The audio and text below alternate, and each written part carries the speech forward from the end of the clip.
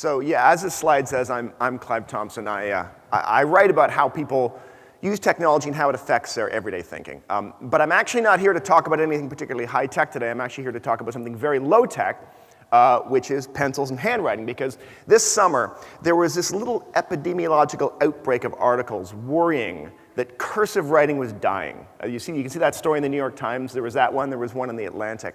And they were all arguing that if we stopped handwriting and started typing more, we became stupider. We didn't think as well. And so all my friends, because they know I write about technology, were all panicking and freaking out and emailing me and saying, am I becoming dumber because I'm typing? And I think part of the reason they asked me that is not just that I write about this stuff, but that I am a big pencil fetishist. I started about 3 years ago when this pencil here, the Blackwing, was reissued. The Blackwing was an incredibly famous pencil from the early 20th century. It was loved by artists and writers because it has this very dark, creamy lead. It just flows across the page so beautifully, and it looks like ink. I've actually got one of them here. I bought a pack of these, and I became completely addicted to the idea of just walking around and always taking notes. I became the type of person who only leaves the house if you have a pad, so you can jot down, little notes. I could write notes about what you guys are doing right now. Audience seems to be receptive to idea of pencils, and I started going on to pencil blogs, which turns out to be incredibly dangerous because pretty soon you're buying pencils from all over the world, these bespoke pencils from Korea, from Japan, from Canada. I became a pencil fetishist. I also became a pencil sharpener fetishist. And I started looking for the best pencil sharpener on the planet. I think I found it. I'm going to share it with you. It's that one in that picture. I have one of them right here. It's called the Coombe Double Long Point Sharpener. And the reason why it works so well is that it's a two-step process. The first hole just extrudes the graphite in sort of a long pole, and the second hole sharpens the lead to like a weaponized point. I've discovered that if you sharpen your pencil on the New York subway system, there are two reactions. Half the people think that it's the most charming sort of Eisenhowerian thing they've seen. It's very.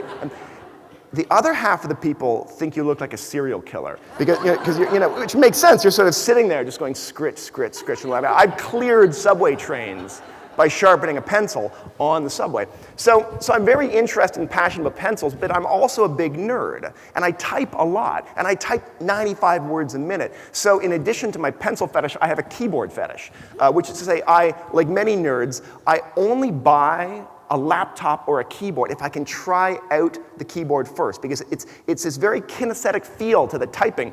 This here, I used it for years. This is the IBM Model F clicky keyboard. It's called the clicky keyboard because every single key makes this loud click when you press it down.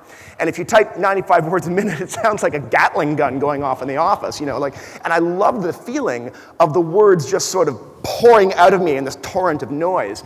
I had to stop using it because it turns out the people in the office weren't as thrilled about the torrent of noise when I typed 95 words a minute on that thing. But the point is, I really like pencils, I really like handwriting, I also like typing. And so I got very interested in this question as to, is there one that's better than the other? What's the war between typing and handwriting? Which one's better for your thinking? So I spent the summer diving into the research, and what I discovered is that it isn't really so much one being better than the other. It's really which one is suited to what task. Marshall McLuhan was the one that said, the medium is the message. Whatever medium you use governs the way you think and the way you do something. And it turns out to be the same thing with typing and handwriting.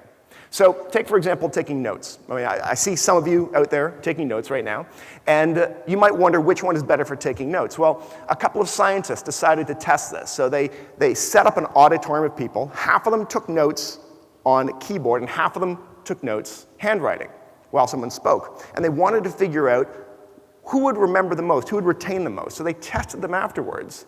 And it turns out that handwriting won, hands down, pun intended. Handwriting completely won out. People understood more, they retained more, they remembered more when they wrote by hand. Why is that?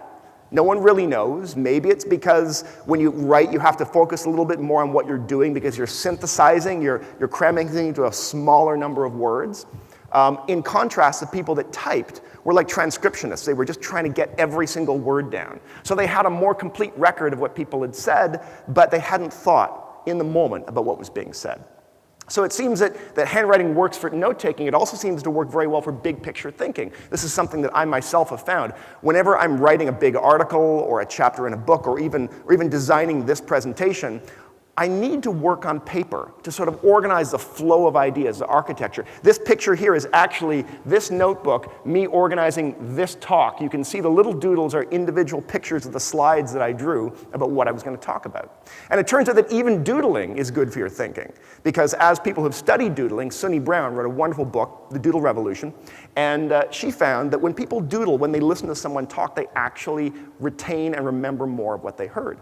Which is completely weird when you think about it, because you would think of doodling as a distraction. But there's something about cueing your notes and your ideas to little pictures that seems to make you recall it better. And historians who study creativity have long noticed that doodlers are often very creative people. This is a picture from Leonardo da Vinci's journals. And when you look through his journals, you see these amazing inventions that he's drawing, and there's always weird little doodles off to the side, like the face on that image. So far, the research I was finding seemed to suggest that handwriting is better, right? Handwriting's winning. Except the picture changes when time comes to write something down and produce knowledge for other people. That's when it shifts over to typing, and specifically fast typing. Fast typing is significant because of something that psychologists who study composition call transcription fluency. Stephen Graham is a scholar of literacy. He described it once to me this way. You can think of the ideas in your head as rushing along, and you're trying to transcribe them onto the page. And the faster you can do that when you're in the act of writing, the less likely it is that words and ideas will escape and get away from you. A cautionary tale of that is this poor guy, Samuel Taylor Coleridge. He's a poet from the Romantic tradition, and he went to sleep one day under the influence of a lot of opium, which is what you did back then. And he had this incredible dream, and he woke up, and he had this amazing poem in his head, Kubla Khan, and he started writing it down, but he couldn't go fast enough because he was interrupted. And when he went back to it, the poem was gone. It's a famously incomplete poem. And so transcription fluency is about reducing the bottleneck between what's inside your head when you're racing along and trying to get your ideas out and to iterate them. And what scientists have studied, that if you actually increase people's typing speed, you increase the quality of their writing. Down in Australia, a couple of researchers took a bunch of sort of 13-year-olds who were struggling in school. They weren't very good students, and they scored them on their essay writing, and they were not that great at writing essays. Then they did an experiment. They took half of them, and they gave them touch typing lessons for 8 weeks to get their typing speed up. And the other half, they just left them alone. At the end of 8 weeks, they had them write essays again. And this time, the ones that had been taught touch typing that could type more quickly scored 40% better than they had before. They were using longer sentences, more complicated vocabulary, and bigger ideas. And why is that? Had they suddenly become smarter over 8 weeks? No, it's just that the bottleneck, the transcription fluency bottleneck between what was already in their heads and what was on the page was evaporating. When you teach people to type, you teach them to think. When you teach them to type faster, it helps them get their ideas out. Michael Russell is a researcher here in Massachusetts. He looked at Massachusetts students across the entire state, and he found the same thing. There was a strong correlation between how fast they could type and how well they were doing at school. He even sort of hypothesized that there's a kind of a minimum speed at which, if you can type that quickly, transcription fluency problems go away. And he sort of playfully hypothesized that it would be about 24 words a minute. So you can go online and do a typing test and find out if you're 24 words a minute or faster.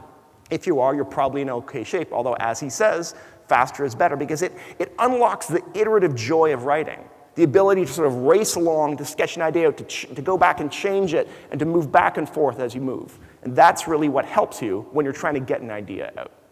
So ultimately, what I've sort of come to the conclusion as I looked at all this research was that there's no individual tool that's perfect for any situation. What we really need is a lot of different cognitive tools in our toolkit. We need to be able to move back and forth between one mode or another based on the type of work that we're trying to do that day. There's actually a word for this. Psychologists call it metacognition, which is thinking about your thinking. So every day when you go to work, you should be thinking, what am I trying to do today? Am I trying to absorb knowledge? Am I taking notes from reading or listening? In that case, you should be using handwriting. Am I trying to produce knowledge? Am I trying to get something out there? Am I trying to persuade someone with an amazing email or a presentation or a speech? Well, then you should be typing and typing quickly. So what I'm going to try and leave you with as you head out of here and go into the rest of your life is to think that when it comes to writing and thinking, there's two things you should be doing, which is type as quickly as you can and always carry a pencil. Thank you.